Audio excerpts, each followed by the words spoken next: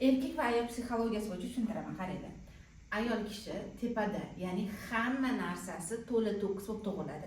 E'tibor bergan bo'lsanglar, qiz bola kichkinaligidan qo'g'irchoq o'ynaydi, ota-onasiga mehribon, bag'riga bosadi, quchoqlaydi, yaxshi gapiradi. Ya'ni onalik instinkti bilan to'liq tug'iladi.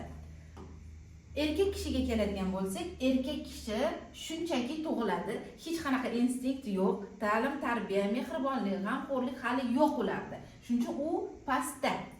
Endi ayol kishi tug'ilgan jamiyatda, ya'ni oilasi, atrofidagilar hammasi joyida bo'lsa, to'laqonli oila bo'lsa, to'la to'kis deyiladi va sharoitida muammolar, qiyinchiliklar bo'lmasa, unda u to'g'ri baxtga, ya'ni garmoniyaga yetib kelar ekan. Hech qanaqa qarshiliksiz.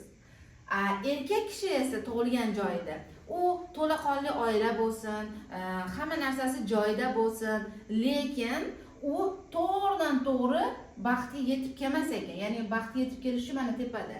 Erkak kishi ta'lim oladi, tajribalar orttiradi va hayoti mana bunaqa tepalik, pastlik, yiqilish, urilish, surilish qilib baxtga yetib kelar ekan.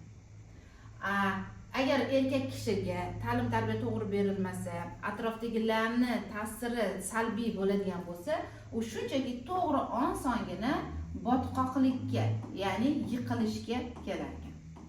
Osongina. Ayol kishi baxtga oson yetib kelsa, erkak kishi esa teskarisiga oson yetib kelar ekan.